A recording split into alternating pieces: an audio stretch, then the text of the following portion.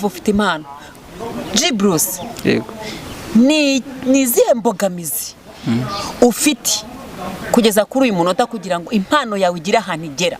Ese ni ikihe cyifuzo cyawe ufite? Banza ku mbogamizi ubundi utubwire icyifuzo waba ufite. Ujya ubasha kwagagiza umupira se? Ndagerageza. Ariko se baye uretse kunsubiza ko ufana iyihe kipe hanze i Burayi, ufana ikipe yihe mu Rwanda? Bitandukanye dukomeza tubikore, nta kabuza nta rungu kwa journalist Gbruce. Okay, ngaho tugeze ibyo waduteguriye twumve. Gbruce, channel yawe turaza kuyipininga ku kiganiro.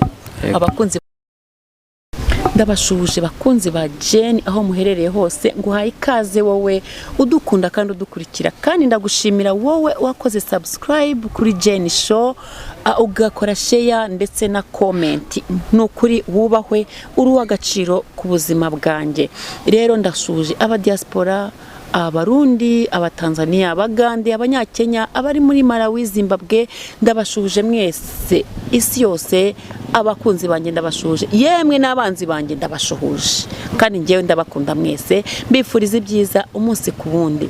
Hano rero ndi kumwe n'umutumirwa n'umujene. Sorry, meze bite? Meze neza cyane. Meze fresh? Sana. Ko mbona witonda cyane se? Nibisanzwe niko bimeze. Ko bimeze? Amazina yawe witwa nde se G? Amazina nitwa Ishimwe Bruce. Ishimwe Bruce. Yego. Nta kazina kagatazira no se baba bakuziho? Abenshi banzi ku izina rya Gbruce, ni izina nkoresha mu itangazamakuru. Gbruce. Nanjye wagira ngo nabimenye nakubwiye ngo bite G, wagira ngo narinzi kuri Gbruce. Ntago bibeshye. Uri umunyamakuru se? Ndi umunyamakuru uri gushaka uburyo bya natera imbere cyane kurusha aho ubu ngubu nkagira aho nigeze. Urabyiga mu ishuri cyangwa ni impano ufite? Byose birafatanya, impano ndetse no kubyiga byose ndabifatanya, nibyo nize, ni nabyo ubu ngubu niga, ni nabyo nifuza kuba nagira kariyeri yanjye.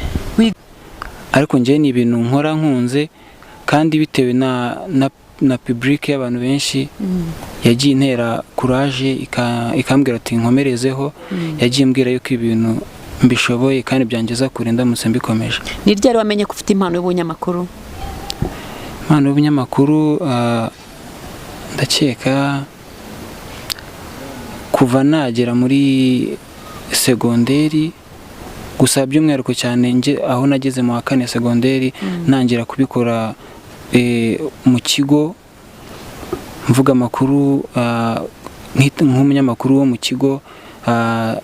Igihe kimwe na kimwe tukajya gusura itangazamakuru agiye atandukanye yo mu Rwanda. Byatumye nyine bima motivation kugira ngo ndebe ukuntu nakomeza kubijyamo, bikaba byabasha kugira aho bingeza. Niyo mpamvu nasuye yahe matangazamakuru.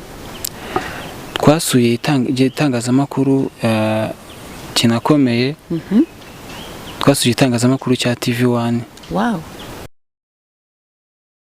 Ufite aho bikura? Cyane kure cyane. Okay, none wadutegura iki kuri uyu munsi? Na yahe makuru mashya udufitiye? Nakaye kanu mbere yuko nkubaza, nuwuhe munyamakuru w'ikitegererezo mu birebana n'urubuga rw'imikino ureberaho cyangwa se ukunda? Mu bavuga urubuga rw'imikino.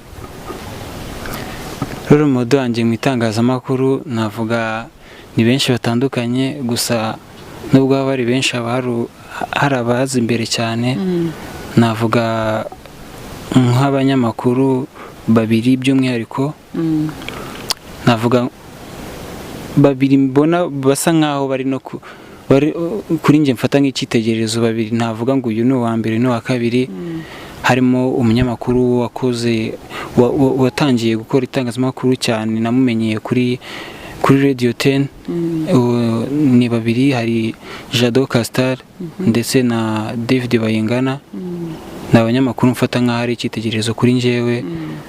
Hakaza n'abandi nabo abo ngabo nabakuriye, ariko hakaza n'abandi muri kino gihe bakomeye mfata nk'ikitegererezo. Harimo umunyamakuru witwa Benjamin Gicumbi, hakaza n'undi munyamakuru witwa Fuad. Abo ni abanyamakuru nabo mfata nk'icyitegererezo kuri njyewe muri kino gihe. Yego ndumva ari abo ngabo nka bane byibuze. Ni benshi hari ba Rutamu Erijo, hari ni benshi cyane ba Theogene Rugimbana. Yego n'abarigani bose ni benshi cyane nyine. Akahe kantu bajya bakora mu itangazamakuru cyangwa se mu mupira w'amaguru kagushimishije ku buryo buri gihoro ukibuka ukuvuga uti akantu karanejeje? Njya nkunda kumva cyane iyo ndi kumva imipira. Hari abanyamakuru benshi, hari umunyamakuru witwa Fuad navuze haruguru. Hari akanajya akunda gukora ariko kogeza umupira ugasanga nk'igitego kigiyemo ateri hejuru aravuze ati hari nk'iyo Barcelona yagize gukina na Real Madrid ni derby ikomeye muri Espagne. Hari igihe ujya kumva arogeje cyane igitego aranasaraye. Akavuga gute? Nk'urugero ukajya kumva ngo Real Madrid irarimbutse yewe irarimbutse, ugasanga nyine aranasaraye, ugasanga kandi ubwo ni mu masaha ya saa 5 saa 6 z'ijoro. Mbese ukumva ko bimurimo kabisa. Ari umunyamakuru ukomeye cyane. Agaserereza nka perezida wa Real Madrid avuga ngo nagenda areke kubikira ikipe, kandi ubwo ku rundi ruhande mu kanya akavuga ko nta kipe afana. Agakunda undi munyamakuru. Hari undi munyamakuru ukunda kogeza, akunda kuvuga ngo mubic titiz hejuru cyane, kunda cyane. Uwo munyamakuru nawe akunda kunsetsa bya hatari, na mama kujya akunda kumusetsa. Nanjye jasetse hejuru titiz ibiki. Nawe arakomeye cyane, mwita Jeanne Paul Dushime. Yego urabasuhuze bose? Ndabasuhuje, ni benshi cyane ntabwo nabarondora, ariko ni abahanga bya hatari, nanjye mbafata nk'icyitegererezo kuri njyewe. Ujya ubasha kwagagiza umupira se? Ndagerageza. Ariko se uretse kunsubiza ko ufana iyihe kipe hanze i Burayi, ufana ikipe yihe mu Rwanda? Nubwo nta munyamakuru ujya ukunda kuvuga uruhande ariho, ariko njye wenda naho ndagera hakomeye wenda nabivuga. Ubutaha nkazavuga ko nta kipe mfana. Yego mu Rwanda mfana APR, ikipe ya gisirikare. Twajya hanze i Burayi nkafana Barcelona yo muri Espagne, naho mu Bwongereza nkafana Manchester United. Ndumva ari izo ngizo, ariko kuri ubu ngubu ndi gufana n'indi kipe yitwa Paris Saint-Germain yo mu Faransa, kubera Lionel Messi ari umukinnyi wa mbere nkunda ku isi. Ubwo hazajya nyine nzajya njyaho. Iyo watsinzwe, iyo kipe imwe muri izo fana yatsinzwe, umva bimeze bite, wifata ute? Ndababara, gusa ntabwo nkibabara cyane nka mbere, kuko mbere buryo hari n'igihe ikipe nafanaga yatsindwaga. Ubwo nyine kuri kino gihe noneho ubu ngubu mbanza kurya mbere y'umupira, kugira ngo nyine ubwo ngubwo bajya bakunda kuvuga abanyamakuru kuri B&B bakavuga ngo nutabirya nonaha ugomba kuza kubitamo amarira. Nyine ushobora kuza kubirya ubitamo amarira, cyangwa se ntunabirye nyuma y'umupira, bitewe na reaction ya nyuma y'umukino, nyine uko byagenze ikipe ufana. Nyine ubwo ngubwo no kuvuga njya mbere yuko umukino utangira, byaba na ngombwa nkanasasana mbere, ubundi umukino warangira nsinzwe nkahita nyine ubwo ngubwo njyama, nta bindi bintu byinshi. Nukuri ndumva ukaze pe, ibintu warabimize ubishyira mu mutwe wawe, ariko ndashaka kugusaba ikintu kimwe. Ushobora kwagagiza umupira nk'ubu ugahita ushyira ikibuga hariya ugahita ufana umupira wenda umunota umwe cyangwa ibiri, nyogagiriza umupira? Nta kibazo. Be free. Ndagerageza nubwo nk'uko atariho. Ntabwo wariye. Ariko nta kibazo ndagerageza. Ngaho gerageza umere nkaho wariye. Go!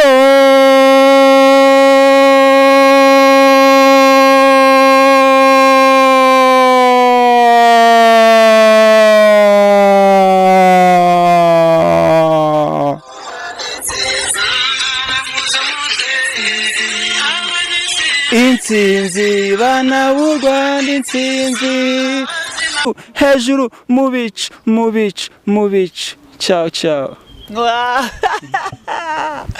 Mana we umva ufite impano Gbruce. Yego. Ni izihe mbogamizi ufite kugeza kuri uyu munota kugira ngo impano yawe igire ahantu igera? Ese ni ikihe cyifuzo cyawe ufite?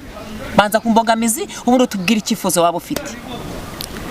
Imbogamizi zo ntizijya zibura mu bintu byose umuntu akora. Imbogamizi ntizapfa kubura, cyane cyane nko mu itangazamakuru hari imbogamizi zigiye zitandukanye. Gusa usibye no kuri njyewe no ku bandi bantu benshi bikunda kubaho, habaho imbogamizi zijyanye no kuba umuntu aba ashobora kuba afite talenti ari ugasanga ntago abantu benshi bayiha agaciro ngo babone ko ishoboye, cyangwa se niyo babibona akenshi baba banabibona ko ishoboye ariko nta kintu babikoraho, ugasanga ahubwo barushaho kuzamura umuntu bitewe na famiye, bitewe n'aho aturuka.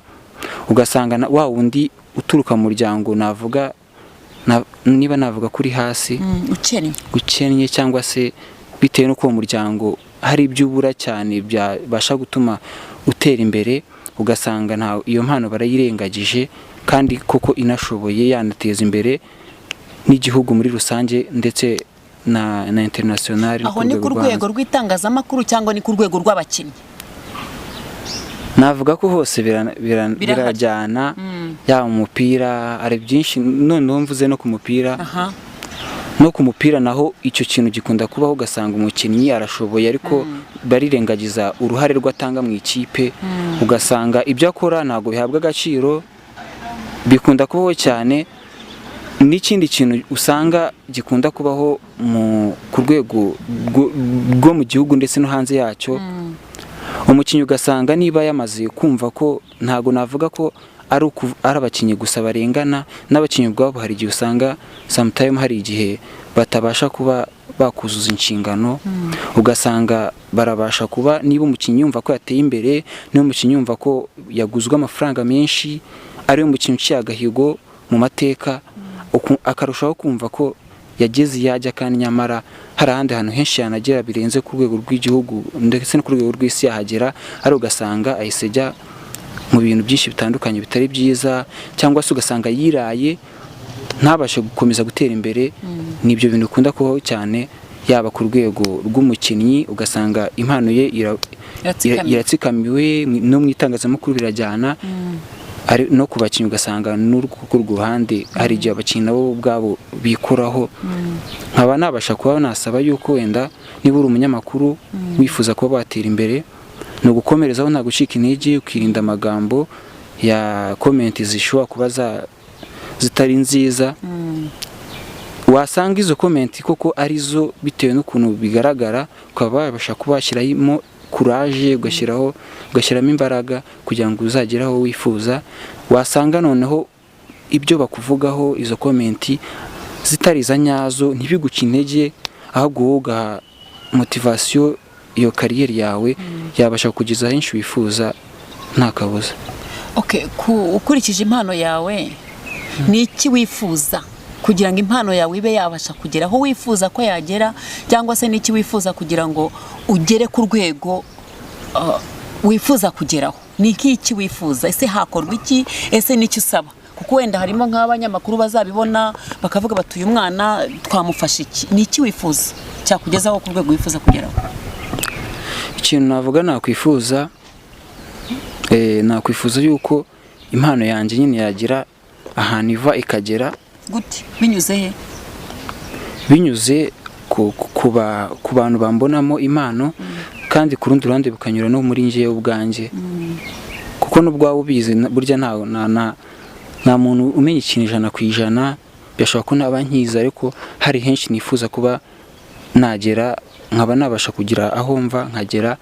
Ngomba gushyiramo imbaraga nta gucika intege, ndetse n'abantu babona ko mfite impano bakaba babasha kuba bantera ingabo mu bitugu, bakabasha kuba banyifuriza ibyiza. Nanjye sinzigira mbatenguha mu gihe nabonye ko bambonamo impano, ntabwo nzigira mbatenguha. Nanjye navuga ko ari nk'itangiriro kuri njyewe. Ukoze cyane Gbruce. Channel yawe turaza kuyipininga ku kiganiro, abakunzi ba Show bayibone. wakoze. nawe mwakoze cyane kuntumira.